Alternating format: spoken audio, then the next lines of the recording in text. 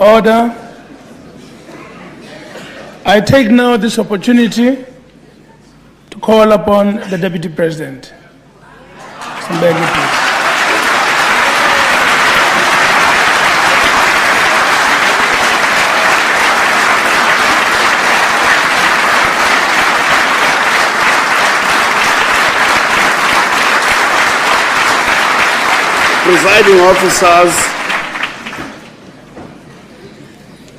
Presiding officers, premiers,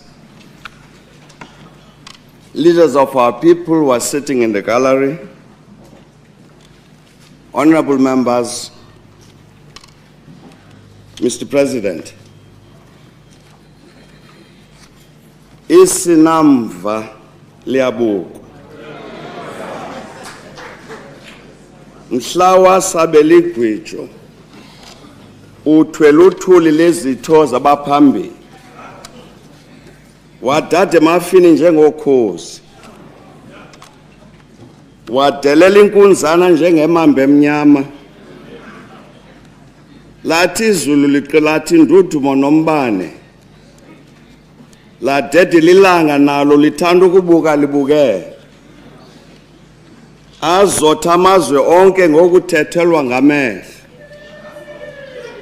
Evulel'ithutyana lwemilozi kubantwana bezulu,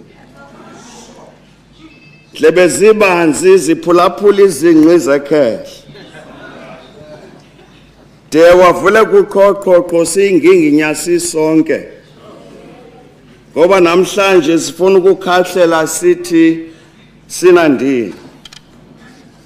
Madiba, Dalibhungu, Simbithi wesizwe, Nkom'eduna yomthonyama, Sithwalandwe.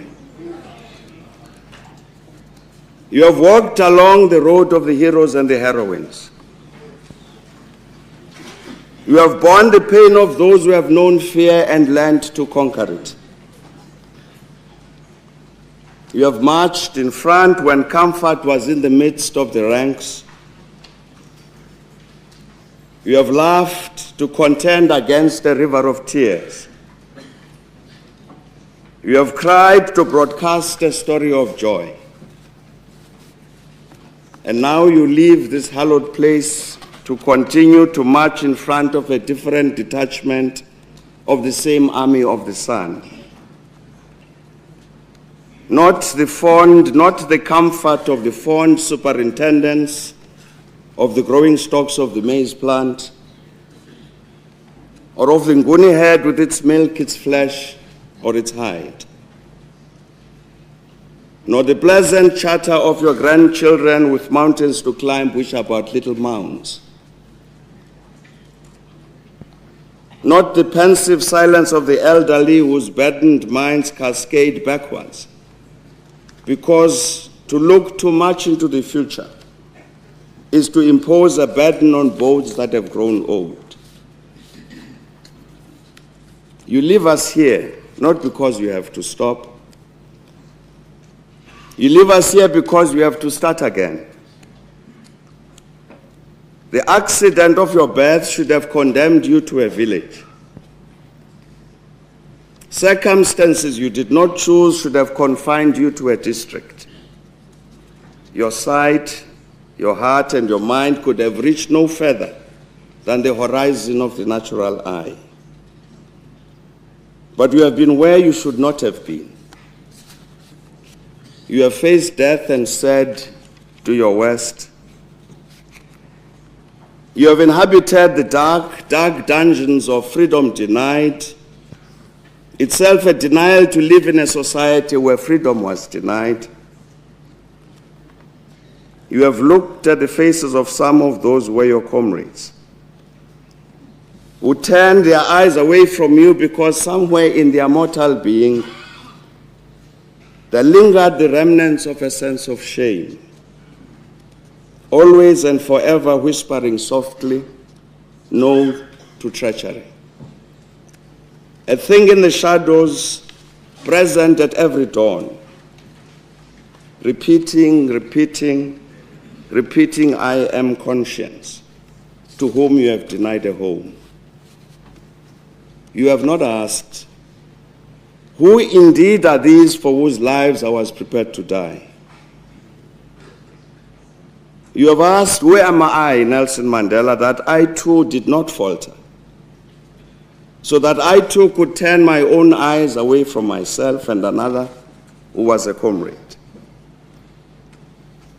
You have stood at the brink when you had to appeal to the gods about whether to win a dishonorable peace or to lose the lives of your people, and decided that none among these would exchange their lives for an existence without honor. You have been where nobody should be asked to be.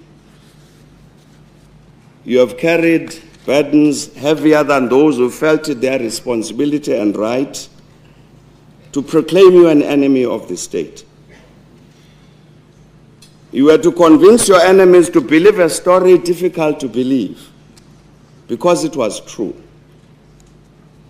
that your burnished spear glittered in the rays of the sun, not to speak of hatred and death for them, but because you prayed that its blinding brilliance would tell them, whose ears would not hear, that you love them as your own kith and kin.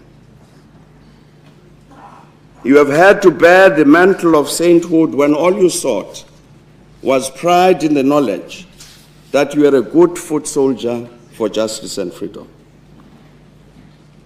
But despite it all, and because of it all, we are blessed. We are blessed because you have walked along the road of our heroes and heroines.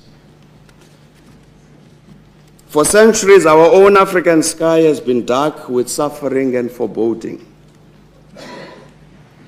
But because we never surrendered, for centuries, the menace in our African sky has been brightened by the light of our stars. In the darkness of our night, the victory of the Khoikhoi in 1510 here in Table Bay, when they defeated the belligerent Portuguese admiral and aristocrat, Don Francisco de Almeida, the first Portuguese viceroy in India, has lit our skies forever. In the darkness of our night, our Chumato, the Khoikhoi leader, who was the first political prisoner on Robben Island, shone on our firmament as our star of hope. And so these and others since, the kings and queens and generals and warriors who resisted Africa's colonization,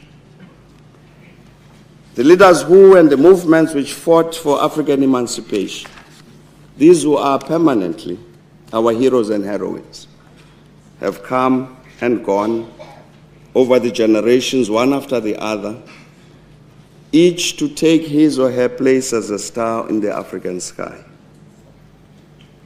Among them are our own, whose names we recite to tell ourselves that we are black liberators, white liberators, human beings, whose only fault has been to strive to live as human beings.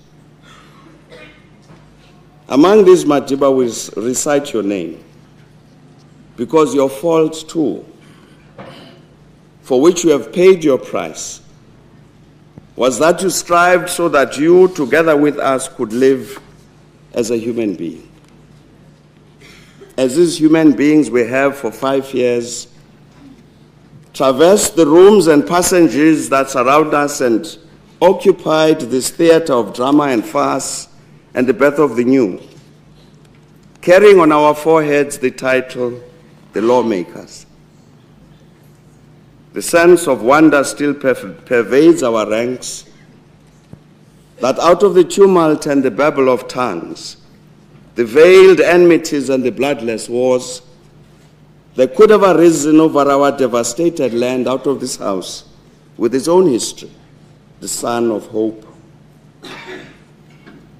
Those standing like little giants, because we stand on your shoulders and others of your generation, we must proclaim it to the world that here, in these houses of the lawgivers, we have striven to do the right things, because to have done otherwise would have been to condemn ourselves to carry for all time the burden of having insulted all the sacrifices you made. Others before us, who also had the power to decide how each and all shall behave, according to such rules and regulations they were empowered to set, arrived from Europe at the Cape of Good Hope on the 23rd of December, 1802. These were the representatives of the Batavian Republic of the Netherlands. As they landed on our shores, only a heckler's shout from where you sit, Madiba, they carried in their heads the lesson they had been taught on methods to follow when attending savage peoples. And here is an example of their lessons. Convey to them our arts, but not our corruption. The code of our morals and not the example of our vices. Our sciences and not our dogmas. The advantages of civilization and not their abuses. Conceal from them how people in our more enlightened countries defame one another and degrade themselves by their passions. On the 10th of May, 5 years ago, you stood in front of the Union buildings in Pretoria to proclaim to the universe that the sun could never set on so glorious a human achievement as was celebrated that day. Black and white South Africans had at last arrived at a point when together they could say, let us nurture our arts and not our corruption. Let us communicate morality and not our vices. Let us advance science and not our dogmas. Let us advance civilization and not abuse. After a long walk, we too have arrived at the starting point of a new journey. We have you, Madiba, as our nearest and brightest star to guide us on our way. We will not get lost. Thank you.